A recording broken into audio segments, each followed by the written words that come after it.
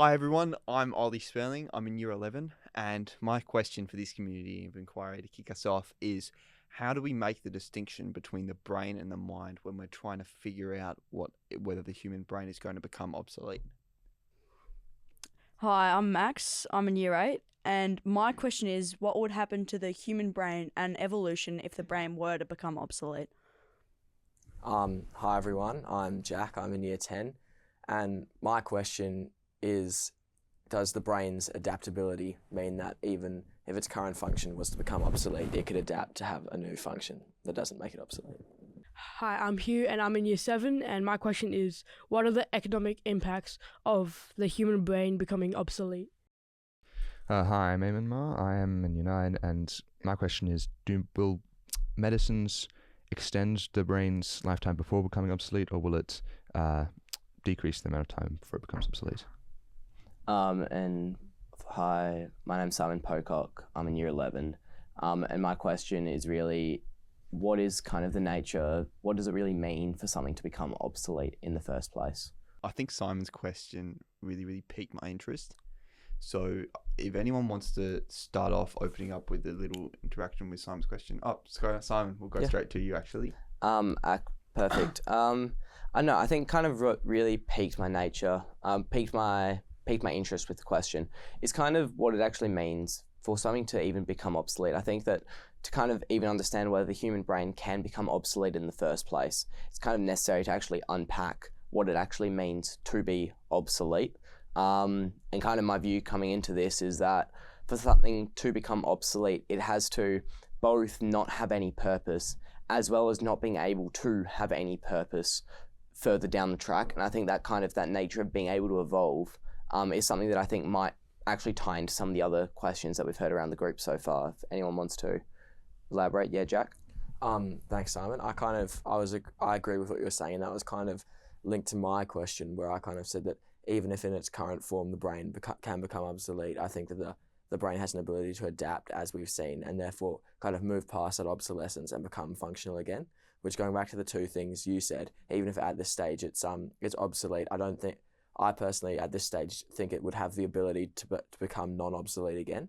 Like, just for example, say this was in the stimulus, but like say like AI can store a sentence somewhere, like on a computer, and generate sentences. The brain still doesn't become obsolete because it still has to be able to like function to be able to find where that information is stored, and that's still another use of the brain. So if anyone wants to build off that, yep, I'll go to Eamonn. So I'll get to Jack's point because it does link into what I was going to go with. But with obsolescence, I sort of define it, not trying to go on the offensive, but it definitely is losing its original purpose. But I don't think we'd say that horses are obsolete in all of their uses, because we still use them for racing and equestrian and sports, and also just for like riding horses for leisure. I wouldn't say that they're completely obsolete, and like we don't say that. I think most propeller planes are obsolete, despite jets being used, making like propeller planes obsolete because they're faster and not necessarily as efficient, but they're faster, and that sort of made propellers obsolete, and cars made horses and horse-drawn carriages obsolete, but they're still in use. So I think looking at whether a definition of obsolescence being something having no more use in its primary function, which brings into question of what is the human brain's primary functioning, what its proper functioning is. So, to me, Eamonn, what it sounds like your point is doing is kind of strengthening Jack's emphasis on adaptability as a measure of obsolescence. If an object can go beyond its original or intended purpose and serve another function, then it will likely no longer remain obsolete, is what I'm tending to hear from the crowd. But with regard to the human brain, I'm just wondering if its co-competitors, as you put it, also have the ability to learn adaptability. Well, whether in this sense adaptability is a learned trait. Machine learning is inherently much more powerful than the human brain. It can improve at a much faster rate than we do. And it took us millions and millions of years to evolve to a state where we're able to be so adaptable and have a mind and a brain so adaptable that I'm wondering if arguably AI or artificial intelligence could get there first and have the adaptability to match us and potentially make us obsolete, outdo us at our own games, kind of. I'll go to Hugh. Yeah, thanks. I was just on your point. It was on, is the human brain's main asset being adaptability, and I feel like that's something we need to address. What is the human's main purpose? Is it to think? Is it to adapt? Or is it its emotional value to the society? Max? Yeah. That's a great point you've made, Hugh. But just before I kind of build off that, I just wanted to kind of go back to the things that Eamon and Ollie were saying, because I agree to an extent with Ollie that that AI is also equally as or even more so adaptable. So that might not necessarily be the best argument in this case. But going back to the example that Eamon gave about propeller planes, my question kind of links to the autonomy of humans, because even though there may be a more functional option than a propeller plane, obviously some people still like using those because they think it's, well, I guess it's the autonomy. They like using kind of older things or what they've originally used. And going forward, even if there was the option of such as things like AI chips, which allow us to just not even use our brains, just use AI, perhaps a lot of people are still going to be interested in using their brain because that's the original function they had, and that's their original option. And therefore, that wouldn't make the brain obsolete because it's still being used. And then in regards to what you were saying, I don't think that about the different functions of the brain, I don't think it's just it is to think or it is to adapt. I think it's kind of all of those things in one. It's about social situations, thinking, and adaptability, which is kind of why it's such a complex kind of muscle. It's taken so long for humans to develop technology that can somewhat simulate it. Yeah, okay, we'll just, Simon? Yeah, I really like that. I think that kind of what we're starting to touch on here is really what kind of makes the human brain, and what makes the human brain so important as to what its purpose is. I think with this propeller plane example, I think what we're really thinking about here is kind of almost the nature of what something's purpose is, and how, regardless of whether something is more or less efficient, whether as a society, as humans, we can actually place the value onto that and kind of give it something that is almost a new purpose.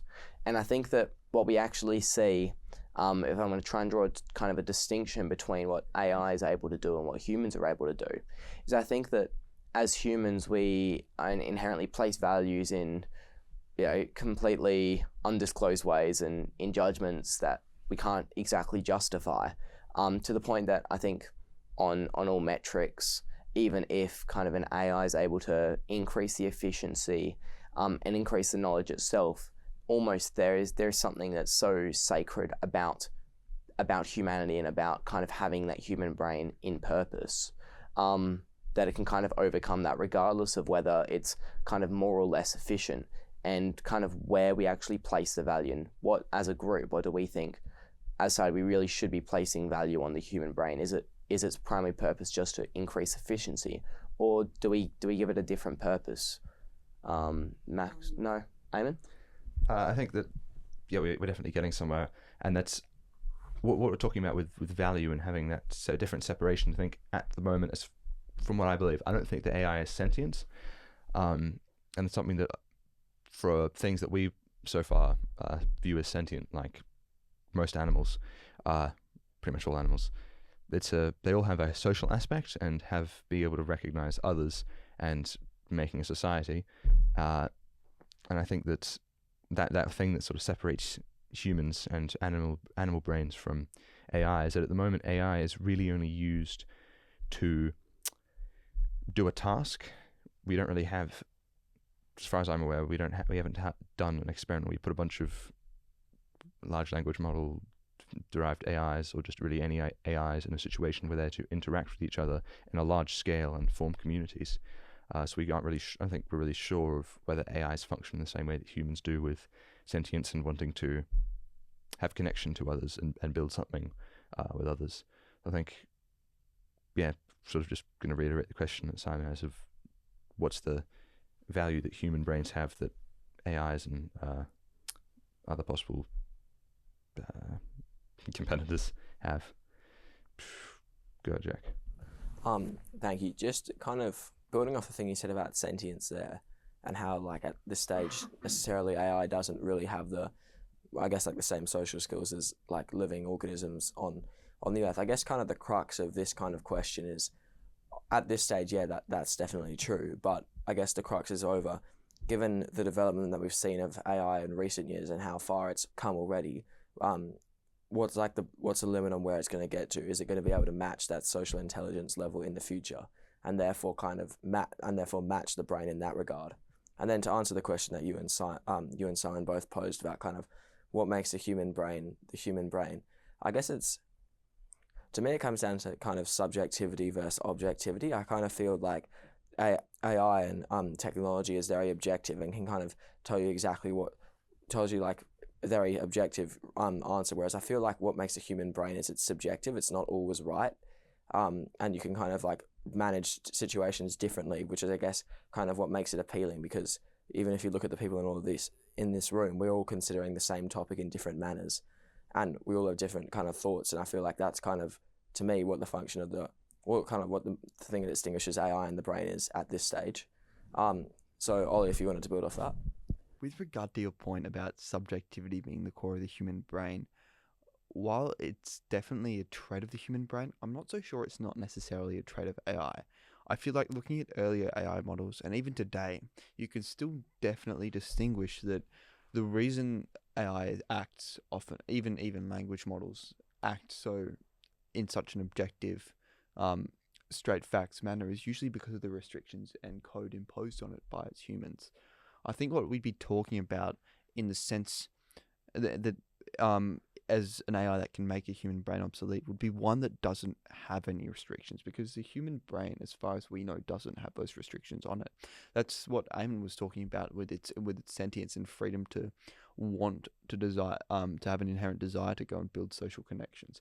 I think we're dismissing the fact that the AI we're talking about isn't necessarily an evolution of the models we have today, but more so a hypothetical in which it could very well develop similar traits as a human brain, or instead enhance on them, and incorporate some of the better parts of the models we have today. So, does Hugh, do you want to? Yeah, just to add on like subjectivity of AI, I feel like if we don't really understand why we feel subjective and we can't unlock that part of our mind, we can't exactly teach AI on how to like make decisions, not just based on efficiency, but based on feelings and based on like opinions. Yeah, I completely agree with that. And I think that, I mean, something that we then kind of need to work through is what we actually place the value on. And if I want to relate that back to kind of the initial starting question here of what does it actually mean for something to become obsolete? Is it necessarily that it has no productive purpose, in the sense of an AI might be able to become so much more intelligent than us and create so much more objective and more correct, if you will, objective decisions. But does that necessarily mean it, as a group we're going to place the value on that? Or do we think that the human brain, as part of its being so subjective, it's so almost chaotic, as to the point that it's never going to become obsolete in its purpose? But then kind of the question from that is, do we think that just because something is more right than something else, or something is more often to be more right, does that make the human brain here as the thing that's more likely to be less objective and more subjective? Does it make it more obsolete, and can that ever be a kind of a reason for something becoming obsolete? Or do we think that very subjectivity is what we really place value on as a group here? So Simon, I really like this dichotomy of obsolescence we've kind of come to, and it makes me wonder how they really interact with each other, because the way I'm perceiving this is that really there's no need to form that dichotomy, because if the human brain is less efficient than a viable alternative for us, then I think that humans and our brain as such will be eager to try and get that improvement for our bodies. I feel like whether you go by principles of natural selection, or just through common sense, there's always going to be a desire for a human to get better at something within itself. And if indeed there is a point where an AI is inherently better than a human brain, then in time the usage will follow that pattern too.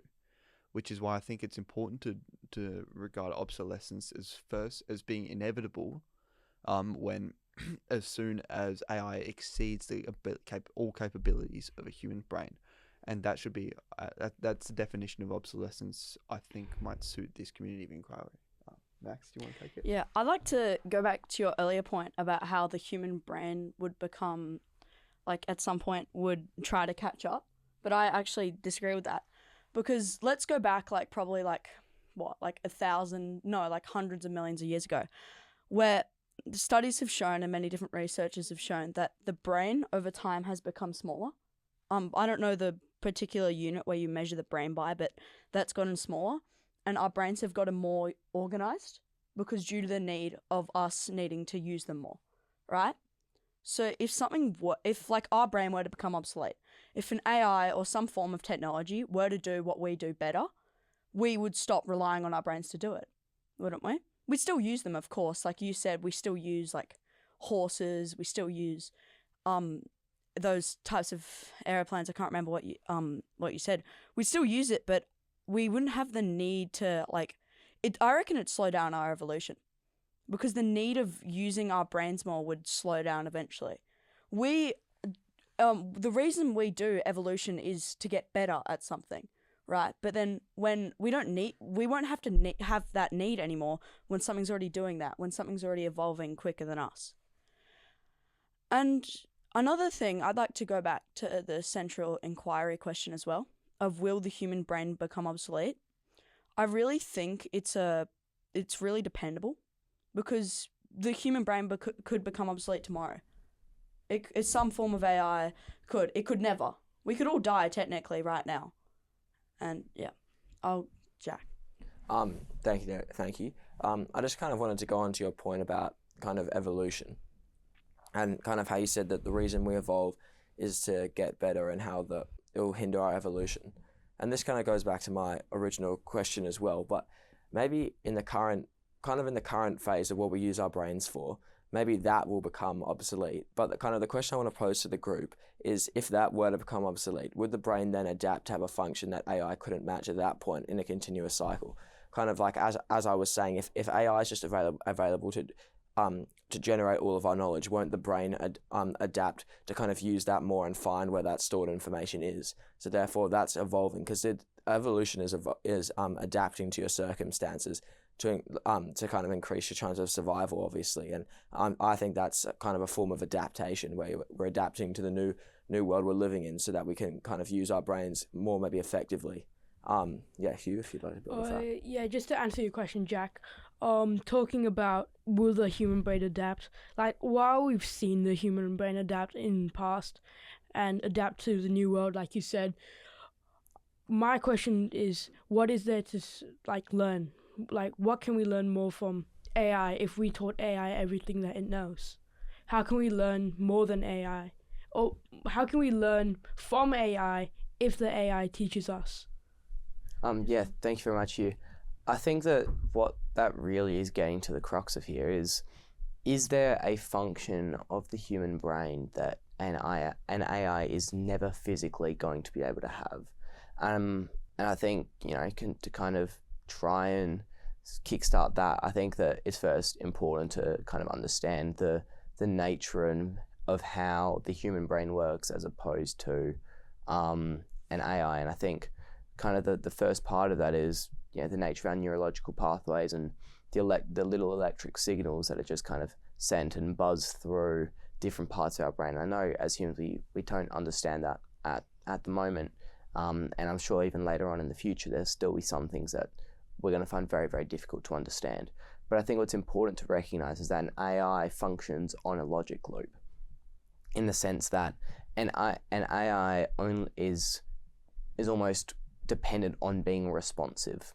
And the nature of how AIs function is such that they merely respond to their environment. And kind of the question that I want to pose to the group is, as humans and with the way that our brains work, do you think that there's something that, with that kind of logic loop of being purely responsive, that there's something that AIs won't be able to do that as humans we are, and as such we're still going to kind of have the purpose even in this society where almost all of our kind of purpose and almost all of our brain is no longer necessary because AI can do all of it for us?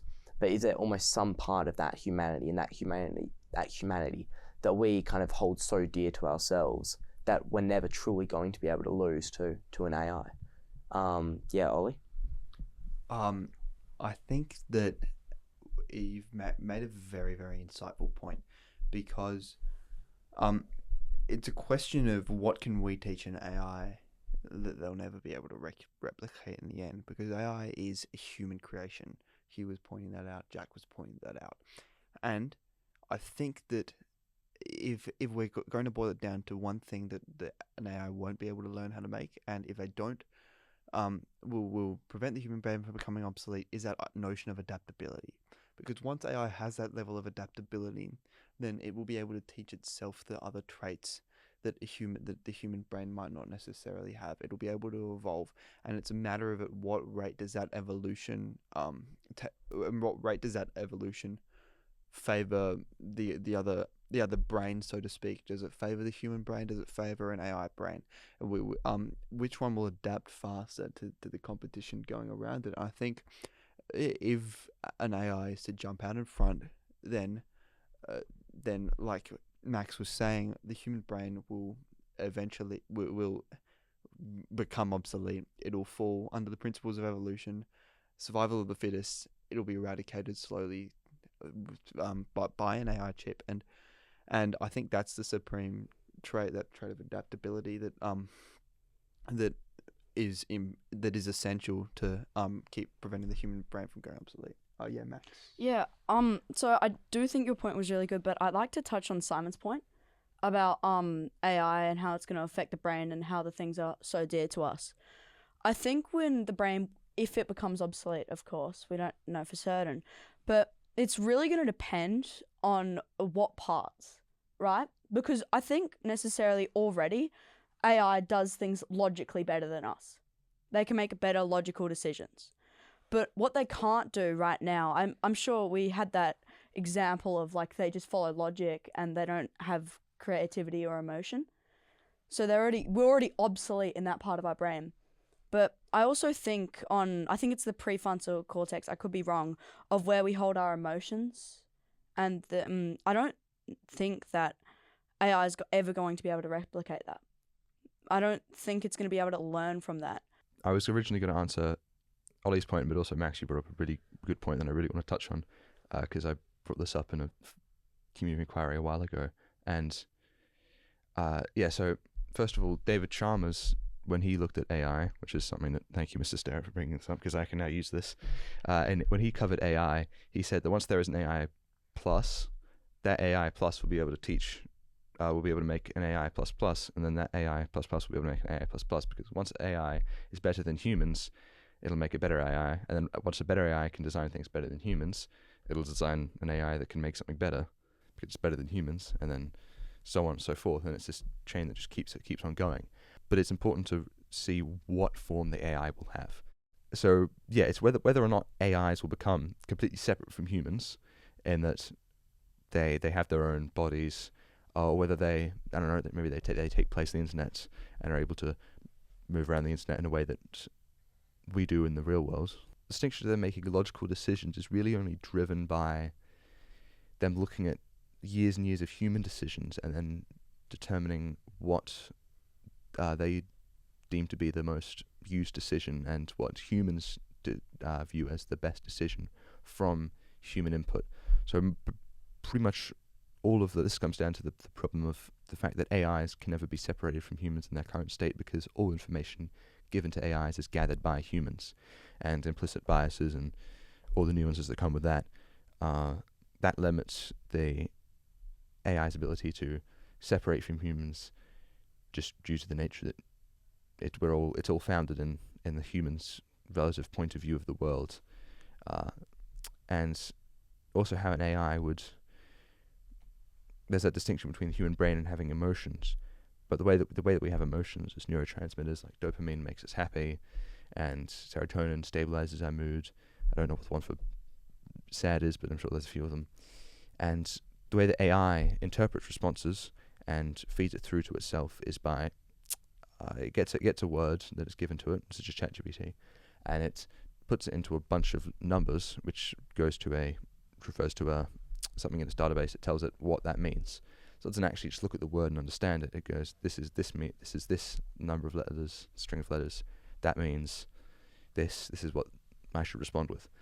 And I think that's pretty similar to how our brain chemicals work. How dopamine, if there was just a prefix to that string of numbers that indicated the tone of the message, the AI could interpret that with its prior context of however you've talked to it before, and it'll determine, oh, I'm feeling sad, I'm feeling happy, and if their prefix is, I don't know, an A for angry, and this is directed as an insult or inflammatory response, the AI will take that in offense, and it'll go, oh, ouch, and then it will attack back, being angry. So I think the distinction of emotions can actually be replicated by an AI, but then again, this is all just grounded in the way that we work, and again, it comes down to the problem that humans are so, not selfish, but so grounded in our own views and ways that we can't really deviate off of ourselves to create something new, completely new, because everything's just so fundamentally grounded in our perception. I'll go to Ollie. I really, really liked those 2 points you brought up, and I think they actually link to each other quite nicely. I want to take that idea of AI possibly having emotions and just extend it to another step of a kind of total organic replication in the sense of the AI itself. You were talking about that David Chalmers' idea of a feedback loop of AI creation, where it constantly extends its sophistication to an infinitely increasing degree. And who's to say that the AI plus 200 or so, or the AI plus 2, that you might get an AI that finally teaches how to organically create emotions. And if indeed, as you said, there are going to be an infinite number of those ever improving AIs, then we know that there will, for a fact, eventually get to one that will have the ability to organically feel and interact with tangible emotions. Hugh, did you want to keep building off that? I'll go to Simon then. I really like that, Ollie, and I think if I'm going to try and kind of synthesize Eamonn's and your ideas, I think the question that we're really trying to get at here is, if there is a replication of a human and kind of this humanoid that looks like a human, that acts like a human, that's able to feel emotions like a human, that talks like a human, that walks like us, is it really one of us? And is there really a distinction that we can actually draw from an AI that, for all intents and purposes, looks, acts, speaks, thinks, or to the extent of our knowledge, thinks like a human, and a human themselves? And kind of, is there, for want of a better word, humanity is kind of, something that as humans we kind of say, that's something that's very sacred to us, and nothing can take away our humanity, and as a human you kind of have that. But is there kind of a way that an AI can almost trick us into thinking that it has that humanity in the first place, and at the point that they're able to convince us that they're human, do we think that the human brain can become obsolete if they are completely better than us, even to the point that they can convince us that they are human? Is there really a difference between us thinking that they're human and them being human themselves? Hugh? Yeah, thanks. Just to add on to that, the difference, I believe there isn't a difference if they can make us believe that they're human, and us thinking that they're not actually human. Because if it has all the same traits as us, the human brain will indefinitely become obsolete, and therefore the human brain doesn't have value, not even in emotional value at this point. And without something that like makes us better than AI, we would simply be what AI is to us now, like, or not exactly AI, but robots, as people who just help us do like all the dirty work, and it'd practically be everything switched around. So they would be the ones leading the society, and we would be the people just like not controlling, sorry, we would be the people that are doing all the work, like producing like, I don't know, foods. However, even in that case, AI might use robots to do that, and we can just not have a meaning in that world, as AI could make something a machine itself that would be more efficient than us humans. So in that sense, we as a species would no longer be needed on this earth. So Hugh, your idea of a robot almost putting us into subservience really kind of forced a connection with me to something we hadn't really brought up much, and that was the idea of Asimov's laws. And in all circumstances that we've talked about so far, in order for the human brain to become obsolete, Asimov's laws would have had to have been broken in some way, shape, or form.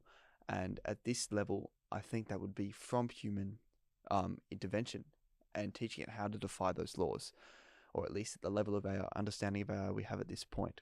So if there isn't any human intervention in the defiance of Asimov's laws, is there a way that an AI could either get to that stage without breaking Asimov's laws, or perhaps teach itself to break Asimov's laws? And just to try and extend that a little step further, that would extend to that idea of Simon's tricking an AI, tricking a human to thinking an AI is one of us. And in order for it to do that, I think it would need to be able to eradicate its binary manner of thinking, and because there would be no way for a binary object to express a continuous level of thinking, or the innate continuous level of thinking, and express things as a spectrum. It's yes or no to them, and it always has to go back to things as a yes or no, if we try and rework them to be a yes or no question. So with even open-ended questions like this community of inquiry, I think almost this level of human ingenuity is a key trait that an AI would have to defy in order to be perceived as human. And in that instance, I think it would have to totally abandon its very nature of being an AI and thinking in that ones and zeros, thinking in that logic loop, as Max put it. I'm going to kind of start the reflective process for this community of inquiry. First, I'd just like to thank everyone for the community of inquiry. I think it was very enjoyable to listen to everyone's different perspectives, and I certainly kind of developed my understanding of the question, which obviously is open-ended and isn't really definitive, but there's a lot more perspectives I'm aware of now.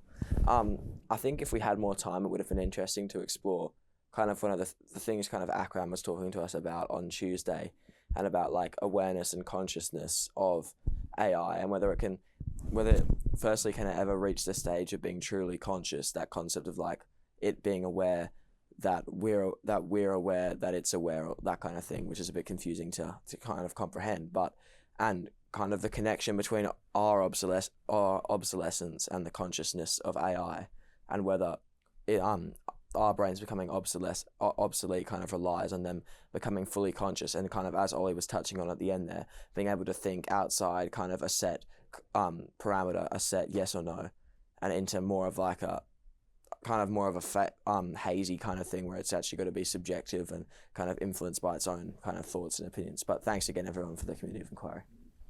Hugh?